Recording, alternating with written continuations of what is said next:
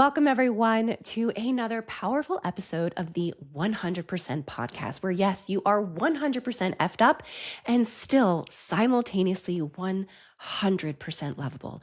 And nothing that you've done and nothing that has been done to you ever diminishes how truly lovable you are.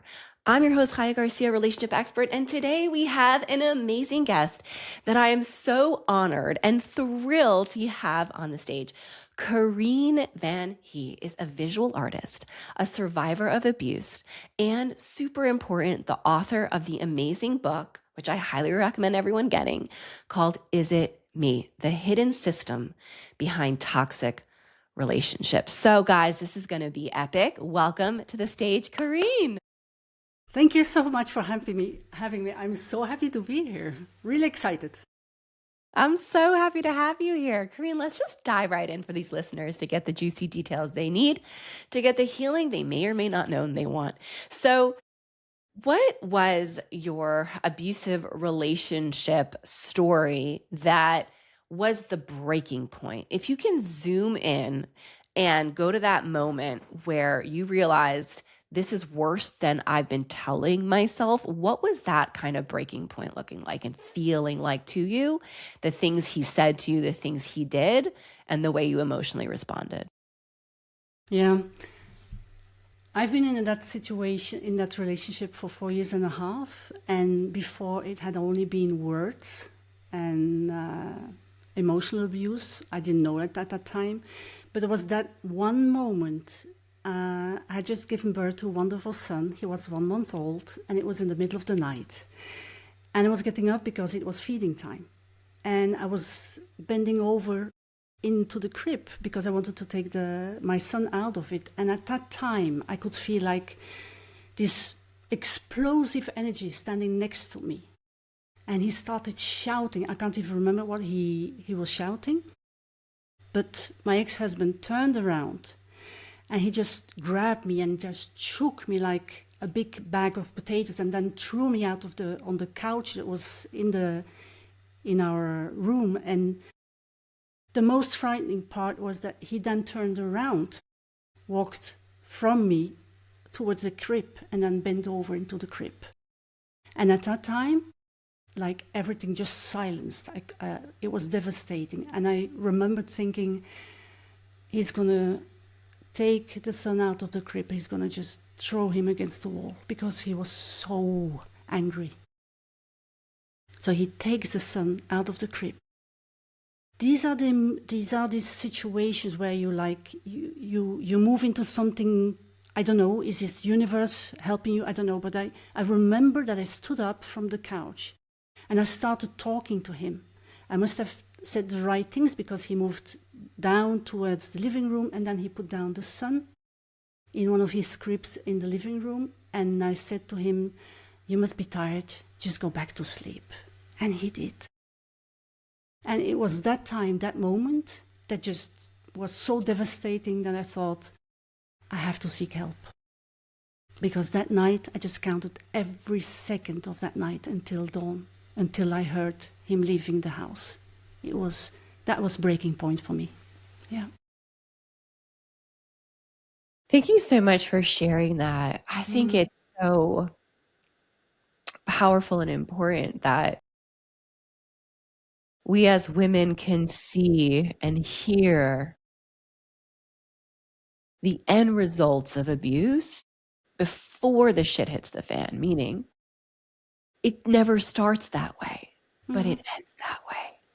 And how was your journey of realizing that while it didn't start off with him almost killing your child because he was in a rage, maybe drunk, maybe high, maybe something, out of his mind. But what was the journey then up until that moment where he threatened your life and your baby's life and you were so scared that you lied to yourself and said it was okay? Because the abuse never starts there, but it always gets there. So what were some of the earlier signs during the relationship that were more subtle, but you can see now were actually signs of disturbing person, a person. Yeah. We all know how it starts. It's a story that is the same almost for everybody. I think that's why I like your podcast so much, because we all hear these different stories, but not all the stories will resonate. And sometimes it helps when you hear a story for somebody else and that really resonates, that it makes you think. When I met my ex-husband, I thought I had found my soulmate, and we all have when we're in a toxic relationship, because they're really good in giving you the attention, the love and the care and the support that you need. And I absolutely adored being around him. He was really great. And then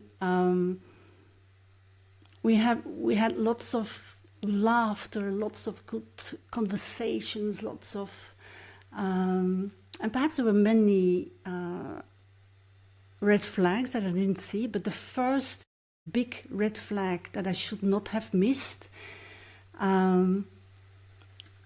is we were moving really fast. Really fast. This means I was married after 1 year, moved in really quickly, took care of his kids really quickly, because he had been divorced 2 years before. He had 2 wonderful kids. But after 1 year and a half of being in a relationship with him, and some critique came up, I didn't see that as a red flag. Belittling came up, I didn't see that as a red flag. After 1 year and a half, I remember what we were doing. It was a Saturday afternoon, and we were having coffee. And I just loved to have coffee with that human being, because it was always so interesting. This conversation would go all over the place, and I would always learn something. I remember sipping coffee, having conversations, and 1 second we're having a conversation, and the next second he stands up and just hits me in the face, flat hand, and was like so surprised. So I got up and I said to him, okay, for me, this is a reason for divorce. This is it. I'm not taking this.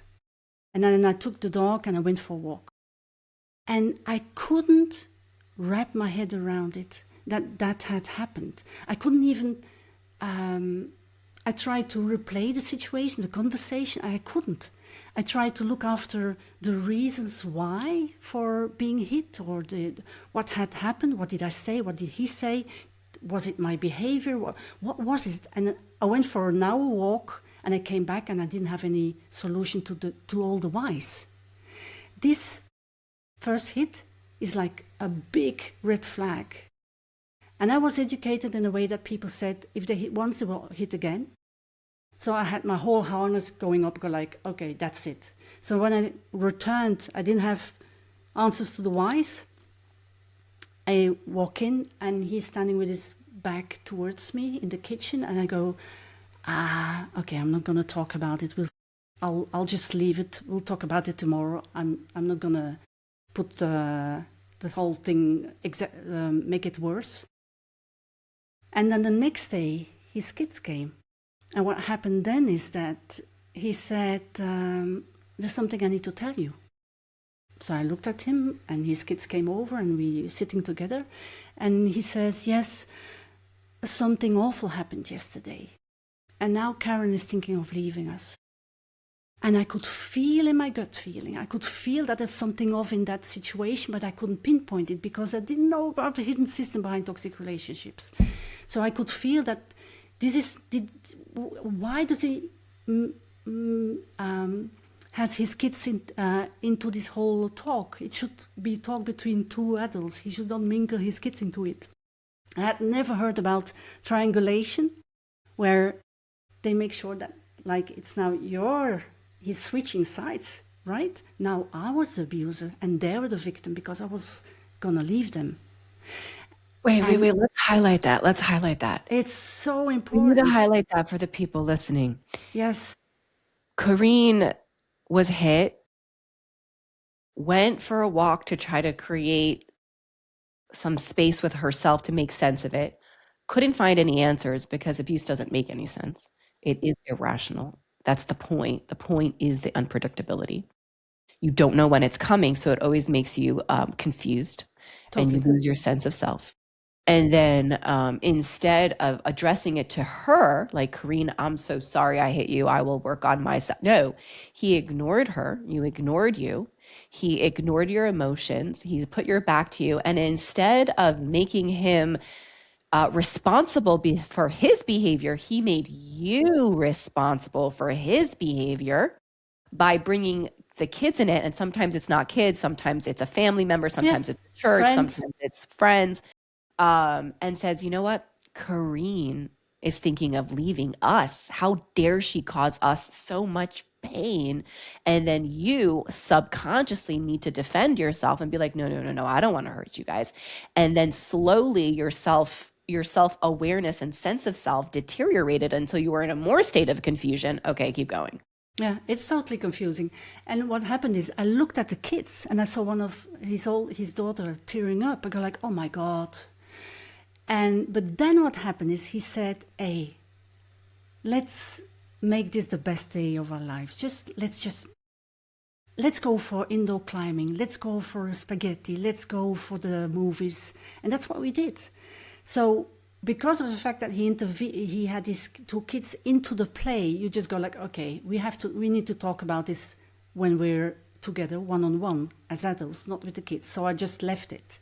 But this means that this is the first excuse, and another excuse, we'll talk about it later. That's what I said to myself, I'm talking about it later. Let's take this day as it comes, and then we'll see later. So you push it aside, and you keep on having all these excuses why you don't talk about it openly anymore, because you want to leave it. And that's where it starts. And I didn't know this was a big red flag, so I should have left then. And I didn't. So what happened then is the cycle of abuse, as we all know. When the explosion has happened and they say, I'm sorry, I'm not going to do it again. He never, ever said, sorry, I'm not going to do it again. And I never went back to that situation to point out that that was really wrong or something. So I didn't open the conversation again about the fact that he hit me. So, and then we go into that wonderful period of balance and harmony, and everything goes well. And then the question is that I ask myself is, okay, if he hit me once, he's going to hit me again. How long will that take? A few weeks? A few months? I'm just going to sit and wait. I'm just going to see. I'm just going to discover. I'm just going to be open. And then it just went on. We were in harmony. It was all wonderful. I get along well with these two kids. It was just care and support and love. I felt. So I started to doubt. And for a year, over a year, we were like, I had the best family life ever. It felt so balanced and so good. And so then my harness started dropping again. And they know, they feel it. And that's when the next level of the abuse started. He invited me on a Friday evening. He said, there's a new cafe opening up in the neighborhood. Why don't we go and have a talk and something to drink? I said, yeah, that's lovely.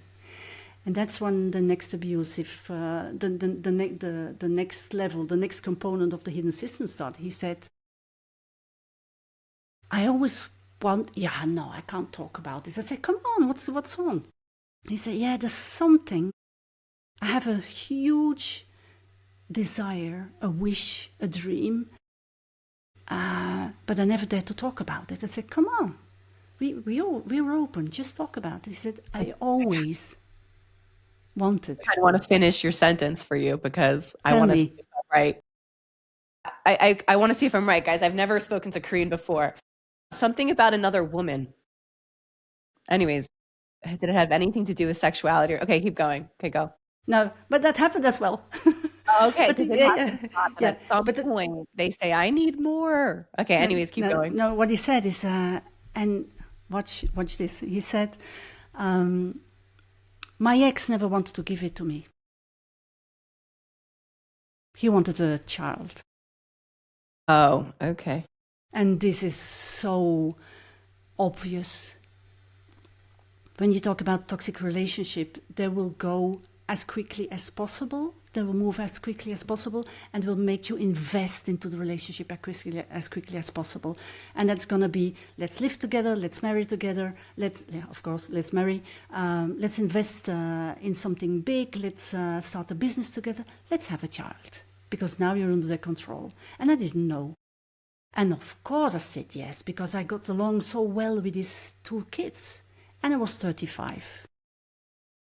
So you can feel the pressure. And I said yes, because I really believed that we were past it all now. And we're not. I want to highlight one thing before we continue this beautiful journey that you're illuminating on the systems of abuse, because again, I've spoken to so many women and they're all similar, different men, different women all over the world, same system, same story, same pattern. So Tony Robbins always says, just get to know the patterns. Get to know the patterns. Absolutely. I love that man. Yeah, me too. Yes. I want to highlight something before we continue, and I'm going to come back to this exact moment. You, when you met him, felt like he was your soulmate, that you enjoyed talking to him, that there was some high levels of chemistry. Can we just do a little like blurb where you speak about how you felt in regards to him being your soulmate, and now that you're like out of it, you can see how high levels of chemistry and that he's your person and that he's your soulmate is actually signs of toxicity, not signs of safety, which is a true soulmate. Yeah. I really believe that people who are unhealthy, toxic, have narcissistic traits, they can feel, they're spotting people that have actually already a crack in them. That something is not whole, that we have a wound, and we are many with wounds, and there are many unhealthy people out there as well. So there's something they can sense. And I remember when I met him for the very first time, I also could feel there were so many things in common. Synchronicity. It was almost not possible. I want to just take a second. Wait one second. Yes. I want to just listeners, listen to this. There's 2 things that are extremely common in toxic relationships: high levels of chemistry, not like I feel safe and calm with this person, but high levels of excitement and connection. And the other thing of systems of toxic relationships is insane levels of synchronicity. Yes. So you think you're a soulmate because my mom's name was Jane Linda and was born on June 1st, and your mom's name was Jane Linda and born on June. No way. And so you feel like this has to be your soulmate because both your moms were named Jane Linda and both your grandmothers were in Hungary and both your kids died of DUIs. So it has to be your soulmate, whoever would understand you in this way. But it is actually a weird pattern of the universe to bring people into toxicity because they attach themselves to the synchronicity instead of the true safety. Yeah, it feels safe. It feels safe because I remember that when the first conversation between the 2 of us, we talked, I was renovating my house, my own house, little house, and 1874, so a really old house, and I was renovating it on my own, and was working in the garden, and he passed by, and we started talking, and I said, yeah, I'm renovating the house. He said, oh, wow, are you doing this on your own? That's impressive. And then we talked about sports, because he was into sports, and I'm into sports. He goes, I've never met somebody, and then how it goes, and then I like traveling. Oh, do you like traveling? I like traveling as well. I'm a backpacker. Oh, I'm a backpacker as well. So many things in common. So by the time that he left, he walked back to his home. I didn't walk back into my house. I danced. Because it felt like, I don't know, energizing. I was like, this is not possible. When you feel this is not possible, this is like a first red flag. There you have it. I didn't know that, but they spot that there's something in you that needs some special attention, some special care, some special love, and that's where they come in. I didn't know that. Yes, and for women listening, low self-esteem is the common denominator of how women get into abusive relationships. It's essentially low self-esteem plus I just lost that word I was about. Oh, empathy. So for a woman, having high empathy and low self-esteem is like the perfect recipe for men to sense who can they attach themselves to through giving them extra attention and love, but then eventually going to take down their sense of self enough to abuse them and keep them attached. And I think we attract, when I think back, I think I attracted because when I was 30, I divorced from my very first marriage. I was 2 years on my own, still like a bit wobbly, renovating my own house, trying to find out who I was. So I was not fully in balance, and they know and they feel that. They go for people who are not 100% taking care of themselves yet, who are not fully in balance yet, who don't know their boundaries, or do not know how to protect their boundaries. Self-knowledge is so important. I understood afterwards. So there's a lot of gifts that came out of that relationship because of all the wounds that it caused me. But I would never have grown so much if I would never have been in that relationship neither. So it's... Yes, we can always find silver linings from things we've gone through, but even better is to prevent them in a healthy way. That's why I've written the book. I thought now I need to talk about this because I'm sure, you know, for 2 decades I've been, when I left that relationship, I know we're going a bit all over the place, but when I left that relationship, I called it at that time complex, confusing, difficult, because I didn't have the language for it. I didn't know what happened. I didn't have any language to express myself. But what hurt me the most is that that people seem to support the one who had been hurting me the most. I couldn't wrap my head around that. And for 2 decades, I've been looking for answers in therapy and courses, and I went back to high school to study for 3 years. And the whys just stayed there until in 2024. So that's recent. It took me 2 decades to understand. That in 2024, I understood for the very first time, okay, it's a system. He has never loved me. It's a system that has been used on me. And that was like the biggest aha moment ever. And I thought, okay, what if I'm not the only one who's being burdened by all these whys?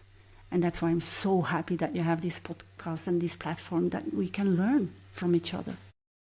This is exactly why I have the podcast, to illuminate the systems and the patterns that are the same, literally the same for every abuser, to every woman of all over the world, of all different ages, religions, it doesn't matter. Yes. And it's important that we understand how we feel when it's safe and consistent and stable and calm, which is true love, versus highs and lows and high levels of chemistry. And I'm confused. Oh, but then I'm clear and I'm confused. And I've never met anyone like this. And the connection's never been better. Oh, but now I'm a little bit afraid. Oh, but I'm going to just shove it away. And I won't tell anyone, but I'll just drink or get high or distract myself with work, whatever it is. And so thank you for sharing your story. And now let's zoom back in where we left off, which is he is now blaming you after he smacked you, and then and you're like, whoa, I'm not going to accept this. Now he brought the kids in and said, you're the abuser. You're thinking of leaving because, of some situation, and put all the kind of like energetic shift back to you without taking awareness and responsibility. So what happened after that? So what happened, so it was only 1 year of like harmony and balance, and then we decided to have a kid. Right. And that's when it went really, really wrong. The moment I was pregnant, everything shifted. It was like opening a door to something totally new. I didn't know what was happening. He, in the mornings, would say to me, "Get out of bed. You're pregnant, not dead." I go like, huh? What? I'm so tired. The first 3 months, you're so tired. I couldn't keep my eyes open. I could not rest. I could not, it felt so confused. And I felt confused. It was unpredictable. I started working on eggshells all the time. Started to sense the room when he was entering, to understand how does he look, how is his behavior, how does he... how does he open the door? All these small things it was like devastating, and I didn't understand what was happening. I also couldn't understand the difference between before and now. This should have been the most happy period of my life. I was pregnant. I was 36 years old, and I was so happy with having a child. I was so looking forward to that. And then I was in the biggest misery ever when it came to relationships. So I was trying to put that in two different boxes: the relationship, which was really going sour, and then me being pregnant and so happy with the human being in my belly. So it was so difficult to understand what was happening. And I thought the difficulties were also visible to the outside world. And that's a big mistake. It's not. Because outside of the house, people just loved him. People were... he had many friends, and they all loved him. They liked his humor and how he was helping them out, a bit of a community helper. And then you come inside, and he's a totally different being. So he only takes the mask off in the house. He always has the mask. And I didn't understand. It just hijacks your mind that nobody sees what you actually have to go through. And you want to talk about it, and people go like, yes, but we all have troubles in relationship. All relationships goes up and down. It's a generational thing. It's whatever excuse, but they don't understand because they don't know. And I didn't know that they didn't know it. You want to say something, Chaya? Crying inside for how many women go through what you go through, because narcissists and classic abusers are extraordinary in the community because they have such low self-esteem, and they're so deranged, and they know that what they do is bad, but they don't know how to stop it. So they do all of this community work. They volunteer at churches or synagogues, and they give charity, and they are on the PTA, and they're the soccer coach, and they do all this stuff for the community, and everyone loves them, and they have, they're funny and charming and make jokes and give people things. And so the whole community thinks this person's amazing. And then they go home and they abuse the woman in their life so severely, like physical, sexual, emotional, and no one knows. And then if you try to get help, all they say is, well, like exactly what you said, everyone has relationships. It's not that bad. Just work on it. And they don't understand the system of abuse. So can you just say again that part? I think the world needs to hear it. There's, you start doubting when I was pregnant, and I started doubting because he started being really, he was talking me down. He came up with critics all the time. Say what he said. Say what he said. Say some of the things you remember. I just have a blackout. The biggest thing that came up was the fact that in the mornings that he said, "You're not dead. You're pregnant. Get out of bed. You're too emotional. That's something else." And then you think, "Okay, I'm pregnant. I'm probably too emotional because my emotion. I'm pregnant, so he's probably right." But what else was there? You're not as tidy as I thought you were. You're not as what as I thought you were? Tidy. You're not as tidy as I thought you were. You go like, clean up yourself. But you could. I knew I couldn't say that any longer. So you know what you can say. You know what you can't say anymore.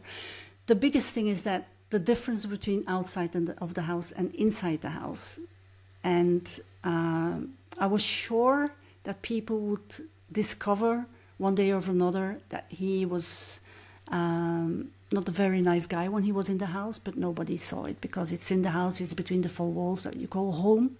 And when they're outside, they're just loving and caring and very connecting and helping people out. So when you talk to, even to family and friends, when you talk about the real stuff, you say, yeah, but I want to check somebody. I remember I saw one of my because I want actually help me remind that I want to come back to the morning after that he shook me like a bag of potatoes, because there's something happening. There happened something that is really important. When after that, I went to talk to one of my best friends. That it was a colleague, best friend, and I said, "Can I talk to you?" She says, "Yeah, let's go for a walk." And she says, "But I'm not going to take any sides." I said, "Yes, but I need to check something." So I talked about the fact that he was one explosive person that stood up next to me in the middle of the night, shouting at me, grabbing me, and just shake me, and then throwing me on the couch. And I talked about that, and she says, "I'm not going to take sides. I think you need to solve it yourself." I cannot understand that there was not one person who was giving back to me, "Karen, this is abuse." I cannot understand. So I think the more we talk about it, the more we can be a better friend and a better family member when it comes to abuse. They just don't see the whole picture. And they can't, because he's only taking his mask off in the house. And that I didn't know. You know, Carine, I just want to say thank you for illuminating this, because I mean, I use that word a lot, but it means to shine light. Illuminate means to shine light, to make something clear. And for women, you know, if you're in an abusive situation, people won't understand. And it's important that you get help from people who are specialized in relationship and domestic abuse. Absolutely. I have this situation now in my community, and I'm Jewish, so the rabbis are ignorant on domestic abuse. Why would they? They studied, Jewish law. They didn't study domestic violence and systems of toxic abuse.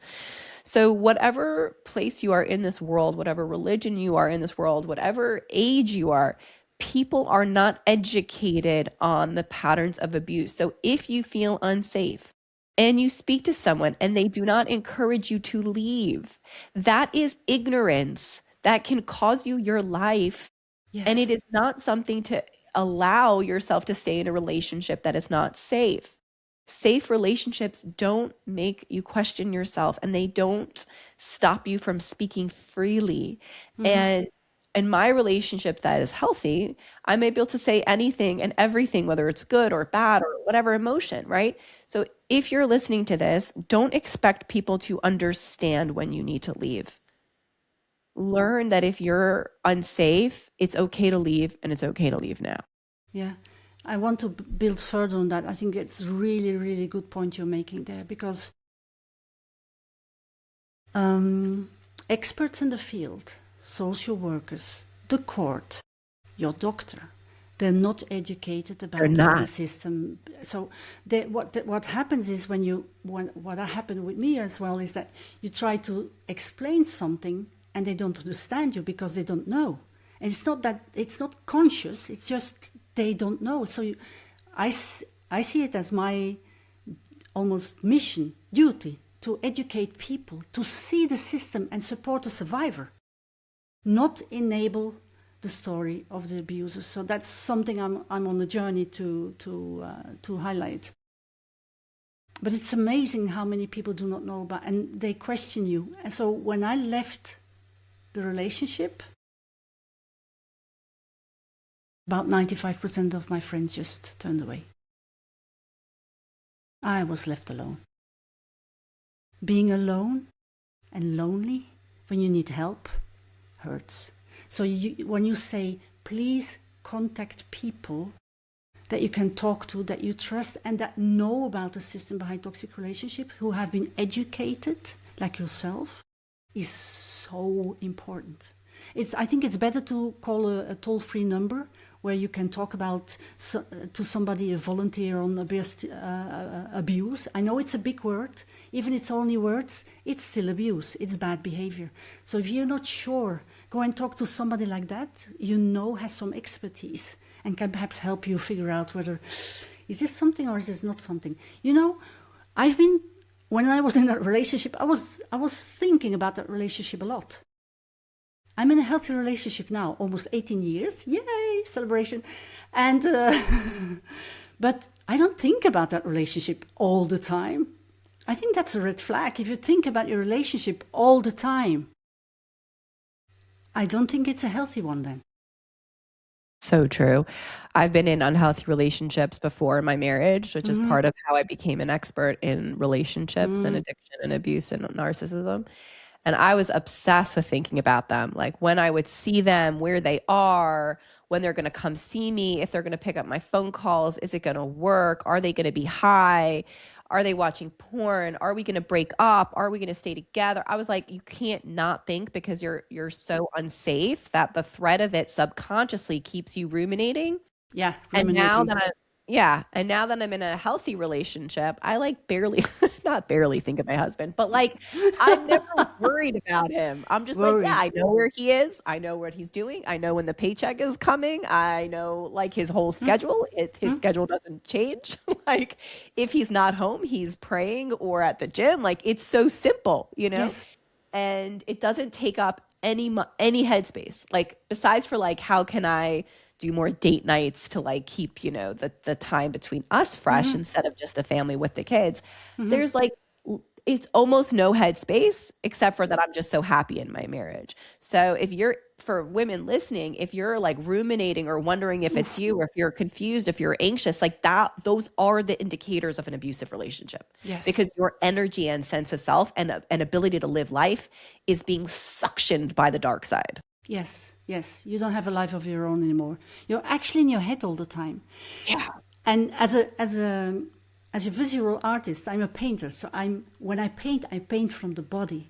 But what I felt when I was in the relationship, I didn't paint any longer, and I was in my head all the time because that's what they do. They make sure that you're in your head all the time. You're ruminating all the time, replaying conversations all the time. So and because of the unpredictability, you want to anticipate things. So you're always with them, not with you anymore. It's like it's a hell of a journey. Yeah. There's something else I wanted to say.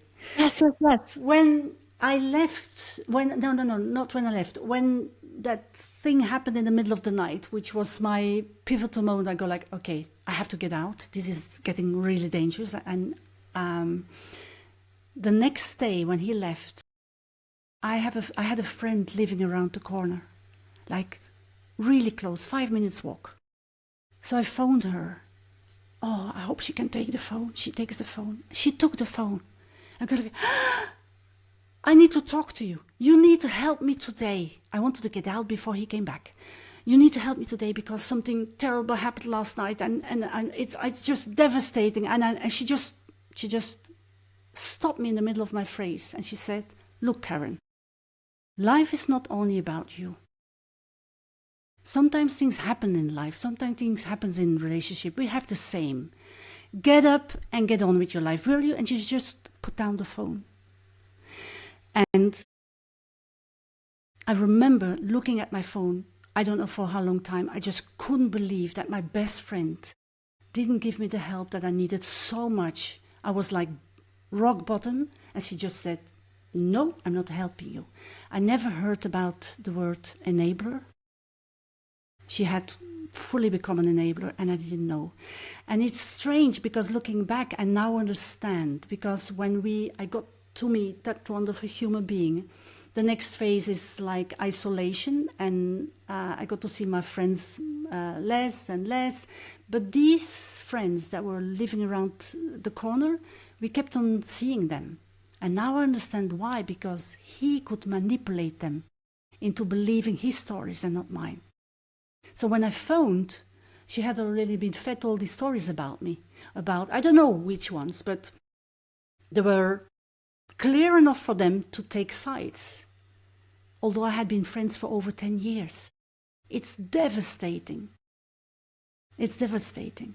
An enabler is like, and you can have that with friends, you can have that in family, people just taking sides for what feels like no reason. First of all, I'm so sorry that in your moment of desperation because he threatened your life and threatened your baby's life in a state of mental illness and rage, and you finally reached out for help because it was so dangerous and so frightening, that you were already positioned for years to be the one who was a little crazy and unstable, intentionally through him and setting up an environment in the community where he was the better and stable one, that you were left alone in your fear. And sometimes women don't make it.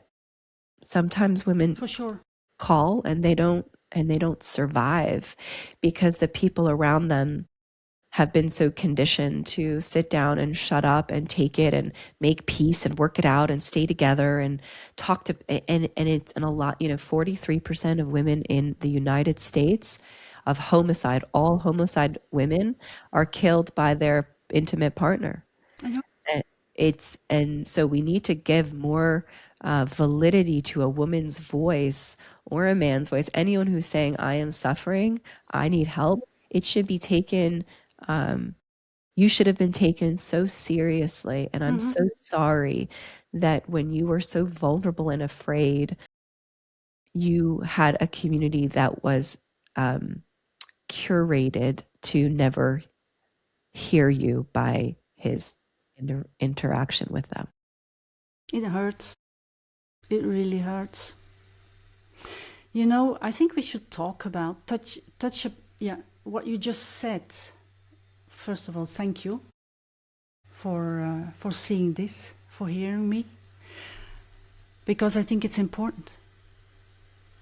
And luckily I had lots of years of therapy, so I had that message back to me already before, but it shows your care. And it's really, and I can feel it, so thank you.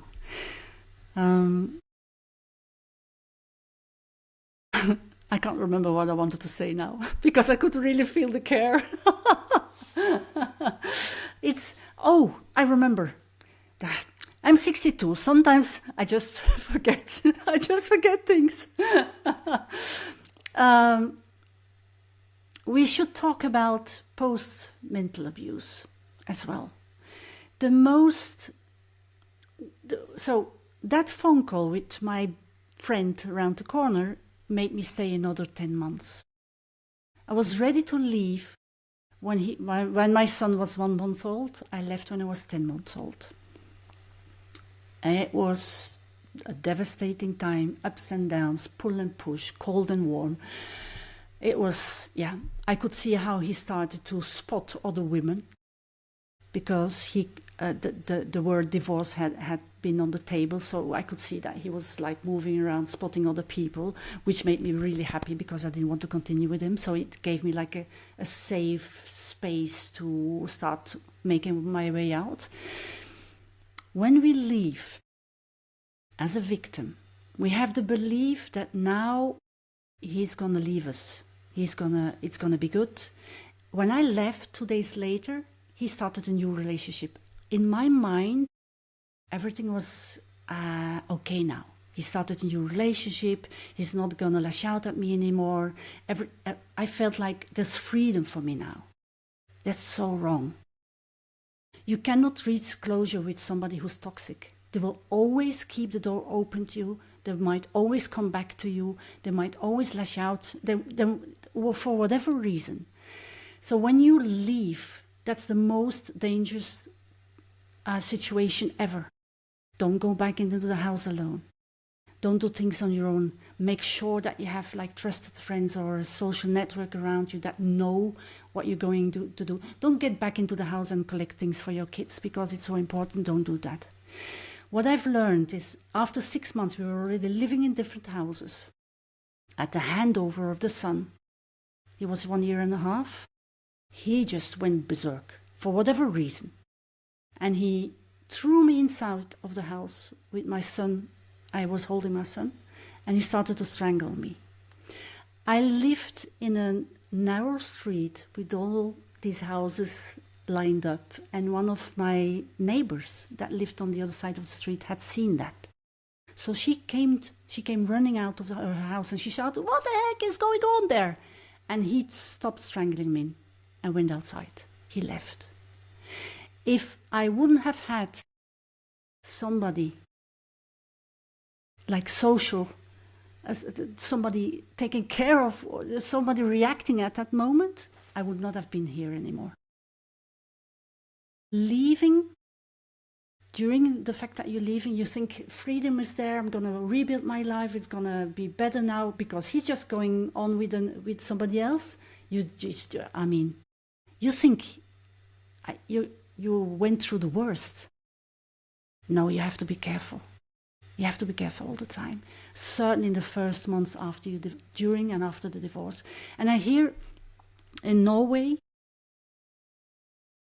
people start talking about that. Experts start talking about the fact that femicide is a huge problem, and that we should be aware as experts. So I'm always attending these digital courses and meetings with experts because I just want to hear. And there's some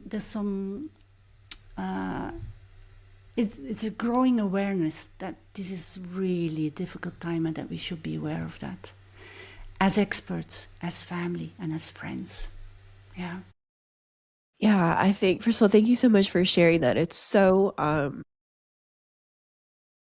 powerful to feel your stress of him hitting you, and when he first shook you and your child, and then you finally reaching out for help, only be denied by someone who said, shut the fuck up. Sorry, like, sit down, Get shut on up, with your life. get on with your life. And every relationship has problems, so stop being so dramatic. Whatever. Yeah. Yeah. And then you go back and he, is already searching for his next victim. So Yes. narcissist says, these people who are very, they're abusers. They are literally like prey when they go out. So he was already like a lion hunting for the weak gazelle, which gazelle is limping because that's going to be the next woman in my life.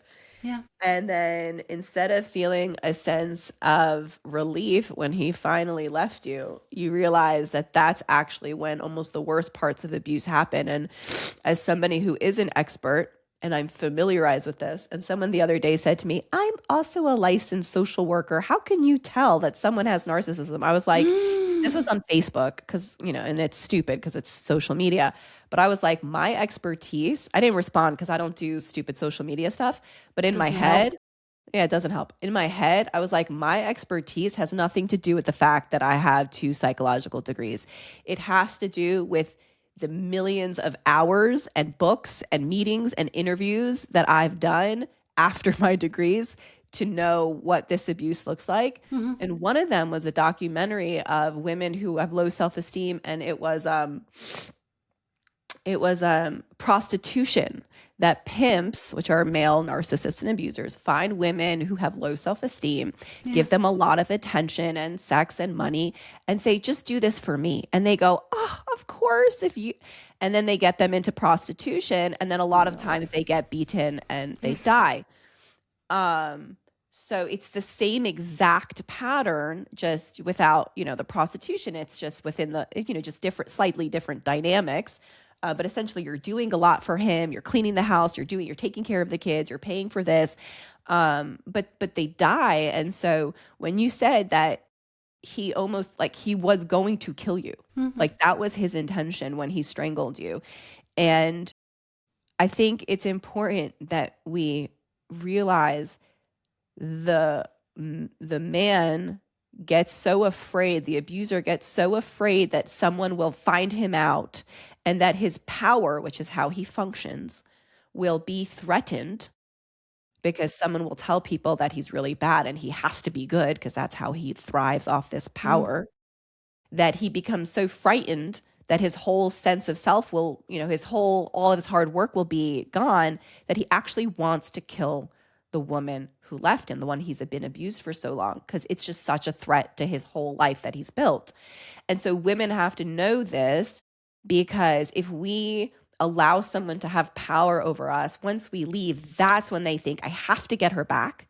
I have to make her pay. I have to end this so that, I can keep doing everything that I've been working hard to pretend. The thing is, it's not visible. It's not. That's I didn't see it coming. I didn't see it coming. He had already started with a lovely human being, a really nice woman. So I didn't see it coming at all. I didn't suspect that at all. So it came out of the blue. Yeah. I also think, first of all, I'm so sorry that you were put in such a situation where you almost lost your life unexpectedly through someone else's rage. Thank you. It's a long time ago now. But when you have all these whys in your head and you don't understand the whys, it's when I understood for the very first time it's a system, I could feel like the relief. The shame goes away. When you're in therapy, it's the same. You get insights, you have blind spots that you get insights to, and you feel like how you become lighter and lighter. So it's really helpful. But when I understood that it's a system, so as you say, it's a pattern behind toxic relations, I could feel like the shame go away in 2024. And then I went like, oh, I need to talk about this. Because the shame is gone. And there's a sense of freedom that helps you to stand up and be a voice for all the others.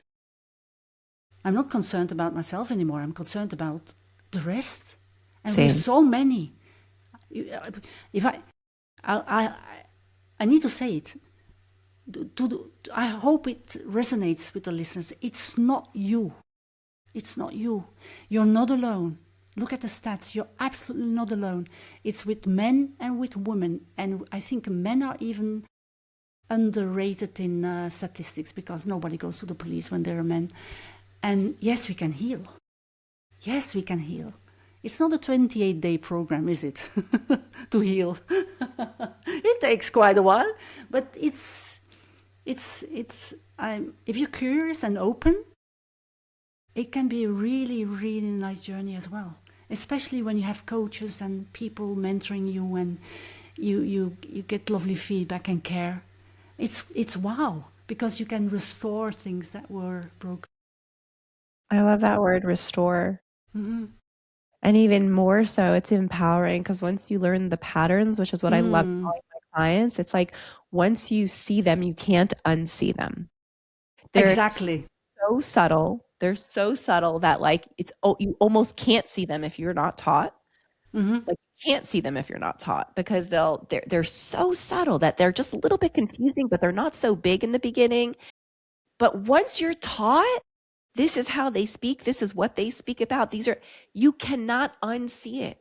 And so it's empowering because once I learned the patterns of addiction and codependency and abuse, I was able to spot it so fast that I never got into another relationship like that again. And then I avoided so many men. I was like, no, no, no. And everyone was like, you're so picky. I was like, no, I'm just educated. No, no, no. Yes. I would go through guys. No, no, no, no, no. And then eventually my husband came and we got, not that I recommend this for people who are not highly educated, but I met him and he was so sober, so stable, so healthy, so commitment oriented, no grand gestures. And we got engaged very fast and we got married quickly after, which again, for narcissists, this is very dangerous.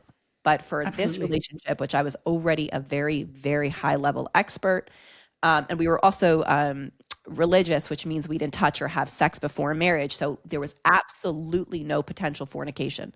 We were not kissing. We were not having sex. It was very much, we just dated to see our values and our systems of life. And now we've been married almost 10 years, very happily and very beautifully. And it's an We should have a extraordinary. celebration. I know. We should have a celebation. Next year is our 10th year. And I'm like, it's been 10 years. Oh my gosh, it's cool. Isn't this a wonderful feeling? It makes me sad for what people don't know that they can have. Yeah. Like, I'm happy that I worked through it, but then I speak to so many women who are suffering and they think that my life is a fairy tale when it's not. I just learned how to prioritize my feelings instead of my thoughts because abusers think things through and healthy people feel things through. Yes, I think this is a really good point because people, I went to give a talk here to teenagers in Norway, and they said, so what advice would you give to your younger self? Was one of the questions. And I said, go slow. Whenever you meet new people, a new friend, a new colleague, romance, when you're dating, as teenagers are dating, go slow. Move as if you're in a swimming pool. Go as slow as possible, because it's a way to feel. We all have a navigational system. It's our belly, it's our gut feeling. And if you go slow, you can feel. You see them, you come home, you can feel. Don't go and sit into your head, because that's where they want you to end up, and that you start. So go slow. Another thing is, because trust takes time, right? When you think of a friend that you know for a very long time already, and when you're a teenager, it's perhaps 5 years or 10 years, you didn't trust each other from the first day on. He didn't say, you're my best buddy ever after 2 days. Let's get into a relationship. No. It just takes time. It takes time to trust. You see them, you talk about emotional stuff or confidential stuff, and they don't talk to anybody else about it. That's good. That's trust. And then you talk. You give more information. They don't talk. They don't share it with anybody. Okay. Trust number 2. And then it takes time and time and time. Brené Brown talks about the jar of marbles when it comes to trust. You have to collect enough marbles before you trust somebody. And when your jar is full, then you can trust somebody fully. That's how long it takes to trust somebody. When you move with the toxic people, they will push you so quickly. It's going so fast. It's fasten seatbelts and move, because they want you to trust them before the mask falls off. Yeah, I love that. And I think another really great tip is observation, because I didn't have to go so slow. Again, I was a very high level expert, but I didn't give him any of my time, attention that I didn't want like I used to. I just observed. How much did he pursue me? How much did he show up? How much did his words align with his actions? Was there any, yeah, all people who are unhealthy, they'll say they'll call at 4 and they don't call at 4. Their words do not align with their actions. So, like, if you just sit back and observe if the man pursues the woman without control or force or pressure, and you feel your feelings instead of think things through, you can actually tell. I created a 24-hour first date filter. Within 24 hours after the first date, if this person is healthy or not. And the reason you can tell so fast is, again, you observe if they're talking about concepts or feelings. People who are unhealthy talk about concepts. They don't talk about their feelings. They, talk about the far out future, what they're going to create in the world, or the past of how they're a victim to somebody. They don't talk about the present. So there is systems that I've developed that help women almost instantaneously, 24 hours after the first date, through complete observation, see the behaviors of someone who will abuse you down the road, or people who are emotionally stable, which sobriety and spirituality are a big part of that. What about boundaries? Because keeping your boundaries, setting boundaries when you just start with somebody, moving meetings, say, I can't come this evening, it will be tomorrow morning. Will they accept it? Right. Or do they pressure you, or do they lose their temper?